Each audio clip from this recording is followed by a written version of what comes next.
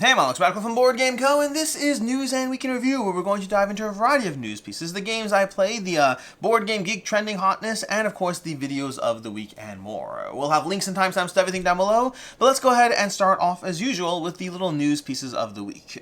Now, I have been at Origins this past week, which means I may have missed a few things more here or there. Usually my news consists of all the various things I just pick up from being around, and then a little bit of searching on the internet, and then boom, I got a little bit of board game news for you. This week we might have less just because, well, I've been playing catch up between moving and Origins and upcoming Dice Tower East as well. I'm playing catch up. I don't know when I'll stop playing catch up, but I'll let you know when that happens. See, moving's a process. Like, it's just everything's just like one step at a time. There's so much stuff that well, whatever. We're gonna go and dive into this. We'll dive into this, starting off with Heroscape. Renegade announced a second Heroscape Wave. More sets coming out from the Heroscape line. Renegade took that over. The short history of Heroscape has been around for a long time. Eventually, I believe it wasn't sustainable to produce properly or whatever it was at the time, and it kind of went out of print for a bit. Then Hasbro tried rebooting it on Hasbro Pulse. That did not work, unfortunately, and now Renegade picked it up instead. So Renegade is taking care of the Heroscape line, but if you are a Heroscape fan, it's back in business on the second wave, apparently.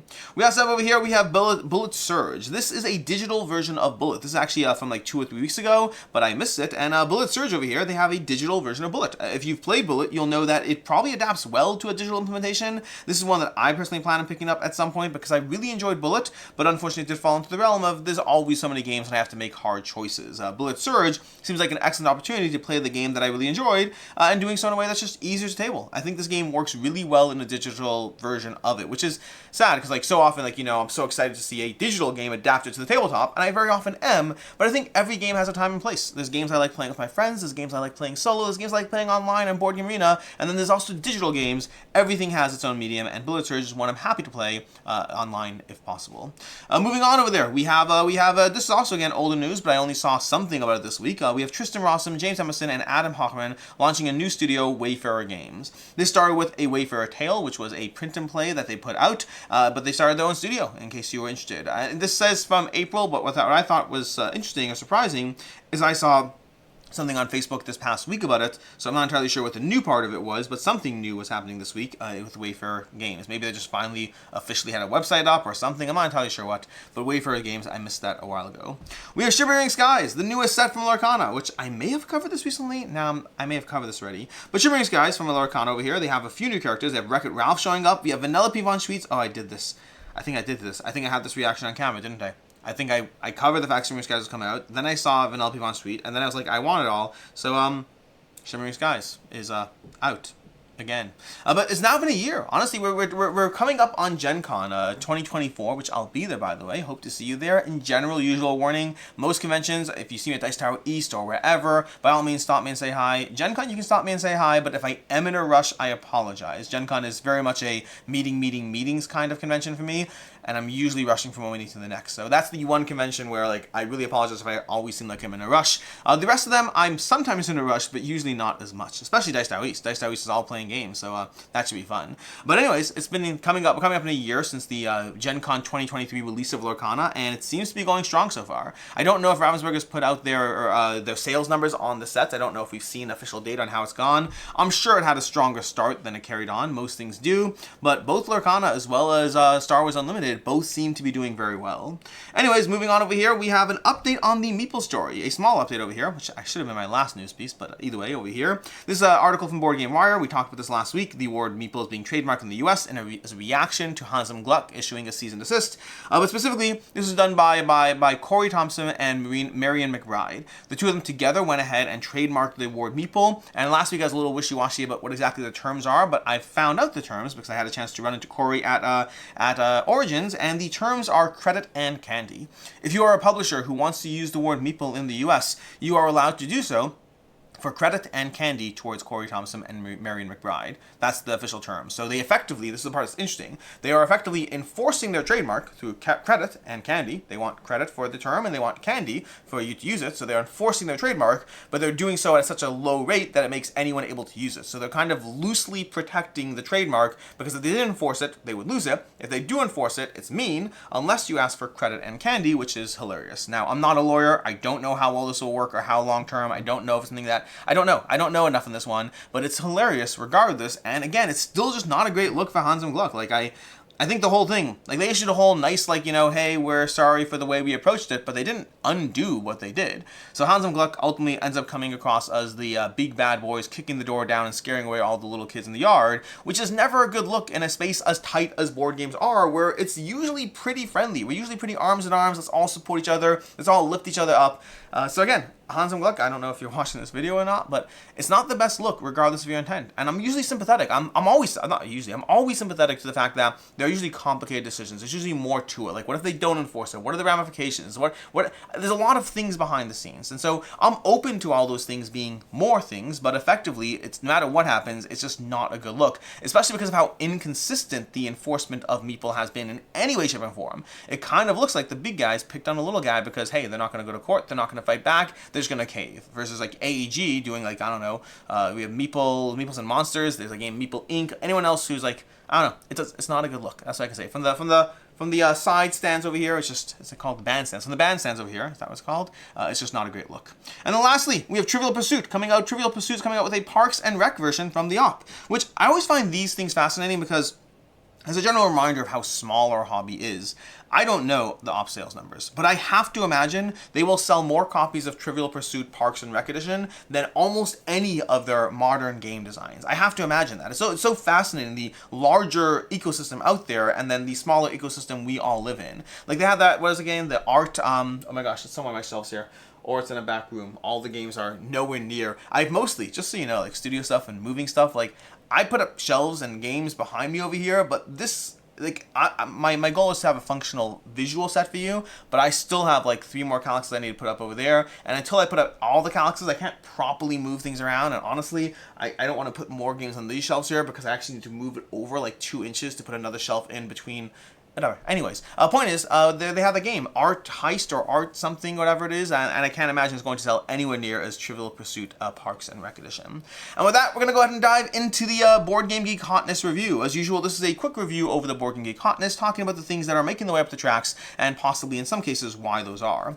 And starting off over here, actually starting off, did it go higher? Did it go higher? Did it change? It went higher. It was like multiple points higher since yesterday. So either way, a bunch of these, I usually focus on 5 or 6 to highlight, and one of them was already much higher than it was yesterday, and that's going to be Iker over here. Iker's part of a 2 series. There's Iker and Iliad, both from Reina Knizia and Bitewing Games. Iker was at like 40-ish, 45-ish yesterday, and now it's rising to 31, so it's doing well over there. We also have Shikoku 1889. This is a fascinating one because Shikoku 1889 basically is getting the shut up and sit down effect. Shut up and sit down, put a video talking about this 2004 18XX title, and it then shot up in the Board Game Geek Hotness, as these things are wont to do. We also had Sky Team, but I thought maybe Sky Team's a little higher. I don't know. We have Shikoku 1889. We have Sky Team. Sky Team is over here. I assume Sky Team is seeing another boost from the Spiel des Jahres nominations. So in general, Sky Team has had a few opportunities to be in the hotness. We obviously have Blood, Sky Tier Horde. Those are in there because of the general Odolin. These are all from crowdfunding in general.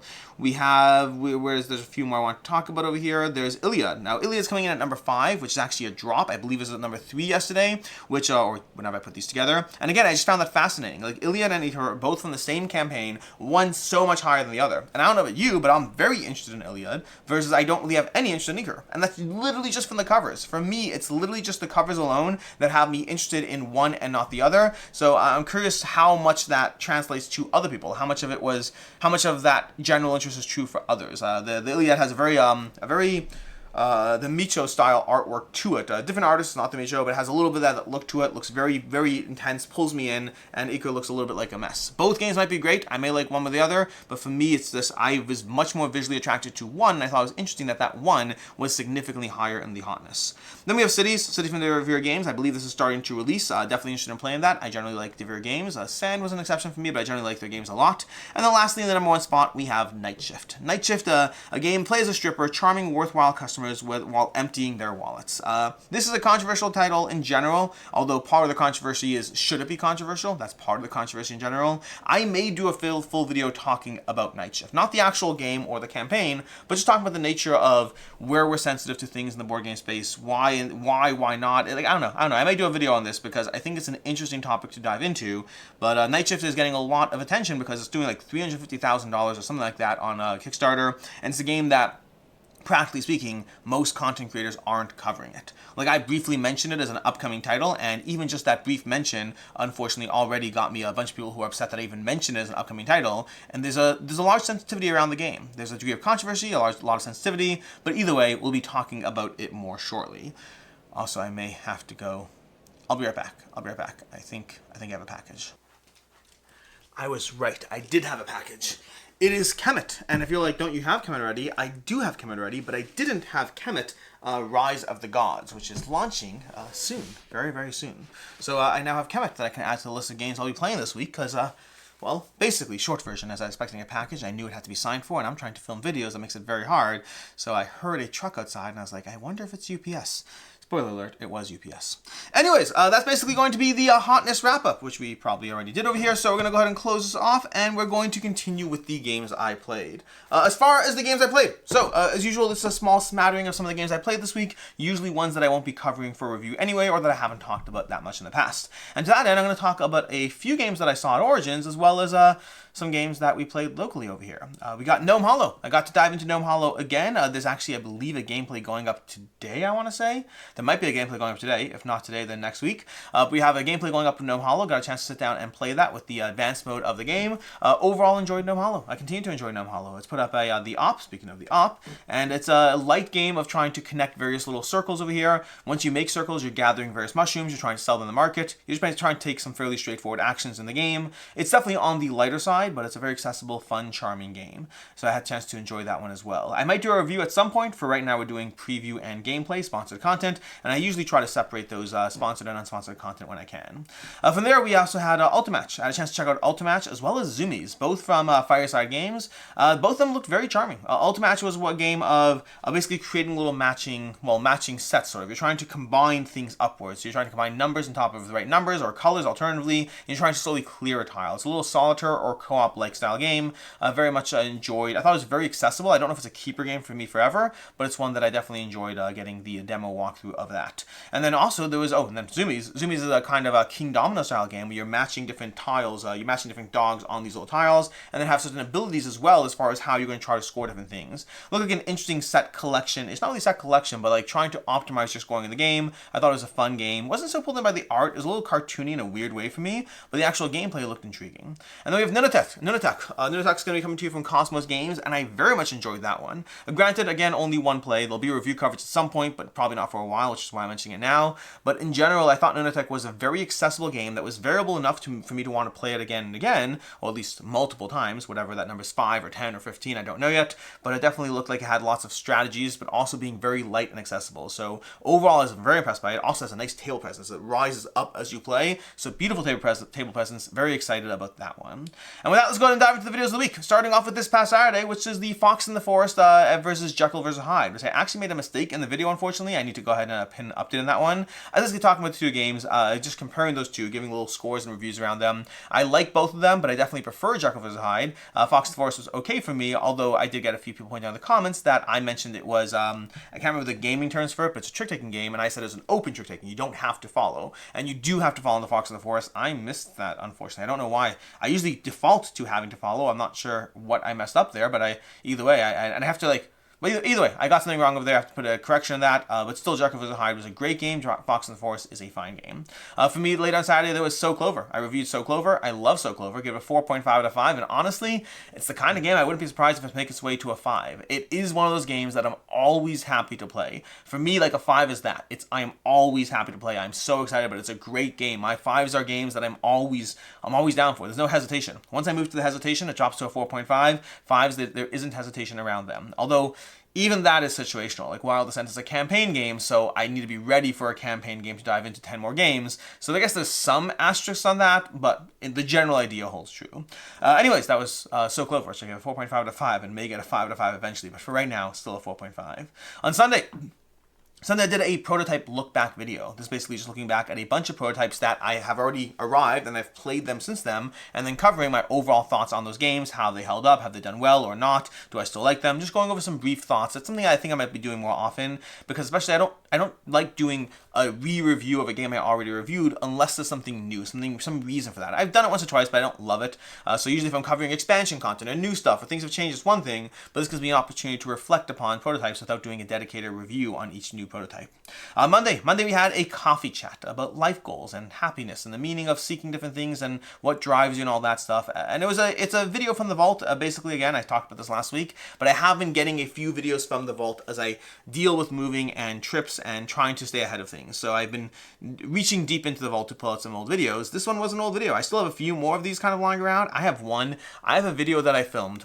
This is a kind of really deep take, not deep take, but whatever. But a long time ago, when I was going to WSBG for the first time, that means it's more than 2 years ago, whatever it was, 2022, I guess.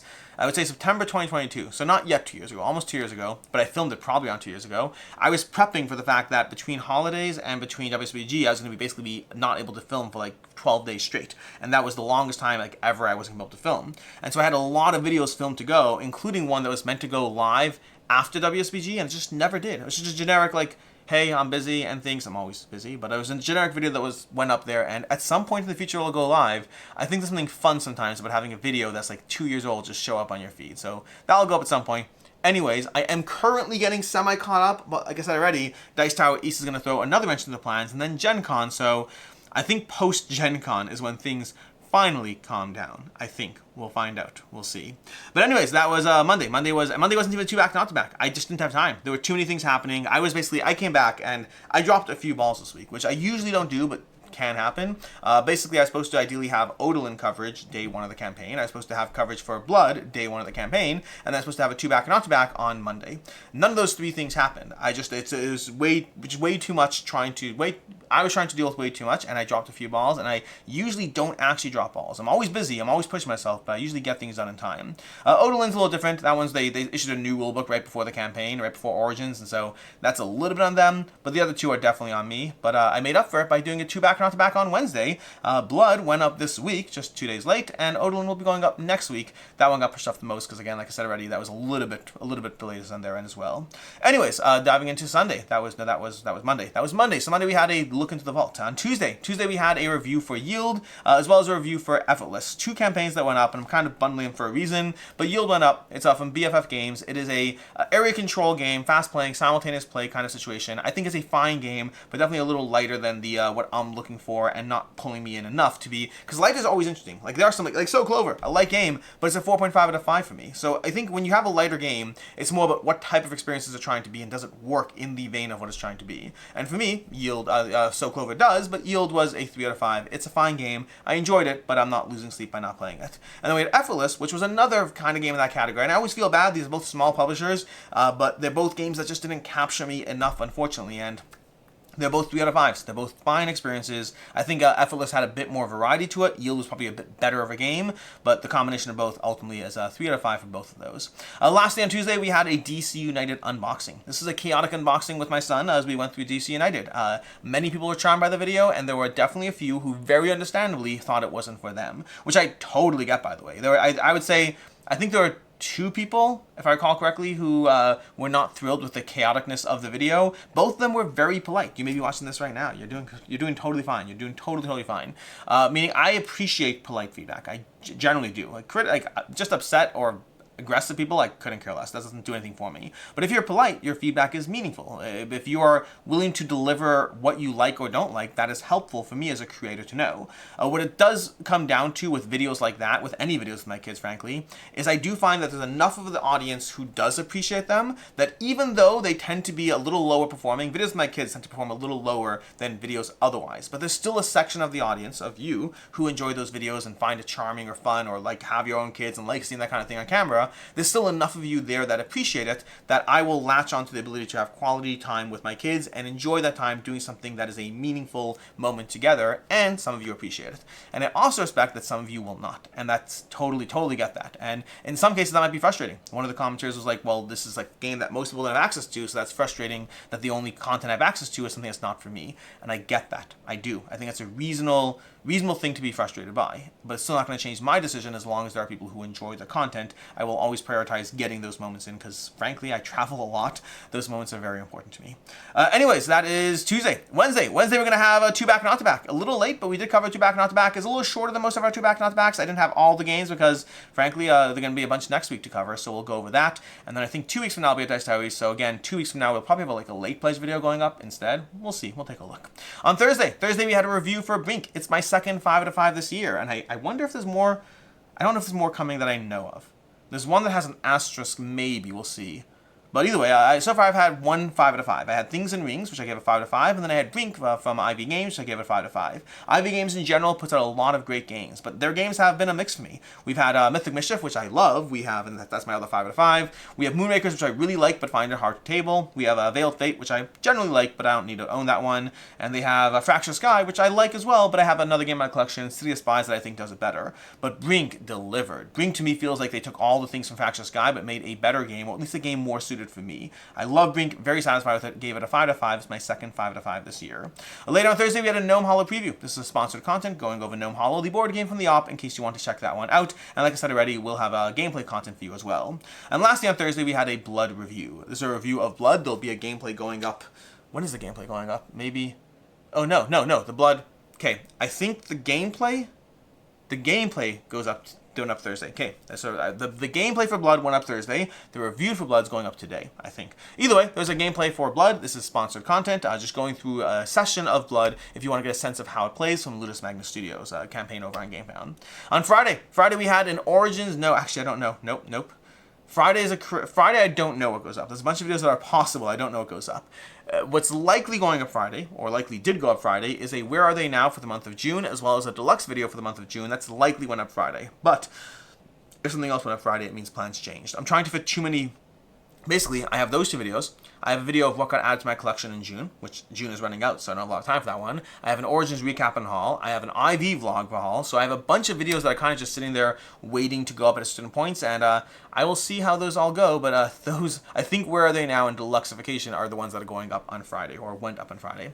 And today we're going to have a few things. We're going to have, hopefully, a games entering the collection video, and a review for Blood should hopefully be going up today. And then next week we'll have a few videos going up. We should have our upcoming crowdfunding campaigns for the month of July. I should have 15 Gen Con games to be excited about, as well as a bunch of other videos. There's always a bunch of other videos going up at any given point. Which brings us to the games on the table. These are some of the games I hope to be diving into this week. We have DC United, which this is going to be an interesting one because, well, I'll talk about this last. We have the Feds. The Feds coming from Steve Finn. Hope to dive into this one. This one just showed up. We have Landmarks over here coming to you from Floodgate. Want to check this one out. I had a chance to see it at Gamma. Looked fun, quirky. I don't know if it's a keeper, but I want to try this one. We have Luthia from Pavison Games. Hope to dive into that one. And then we have DC United, which is going to be an interesting one because here's the problem with DC United, and I still have a video that I need to put out about this kind of conversation. You see, DC United is a game that if I get my way, and I don't know if I will, if I get my way, I'll be doing a gameplay for like all the villains on this one, every single one of the different villains, if I get my way, because I want to do a solo gameplay. I think there's 4 villains, if I'm not mistaken, and I want to do a solo gameplay. I want to do a gameplay with my son, so you can see a family-friendly version of how the game plays. I want to do a gameplay with my group, so most likely AP and Meg, and I don't know if I'll do a 4th gameplay or not. Those 3 might be enough, but then there's part of me that just wants to get all 4 heroes once I do it. And then there'll be a review as well. This is not sponsored content, by the way. We're not doing sponsored content with Simon on this one.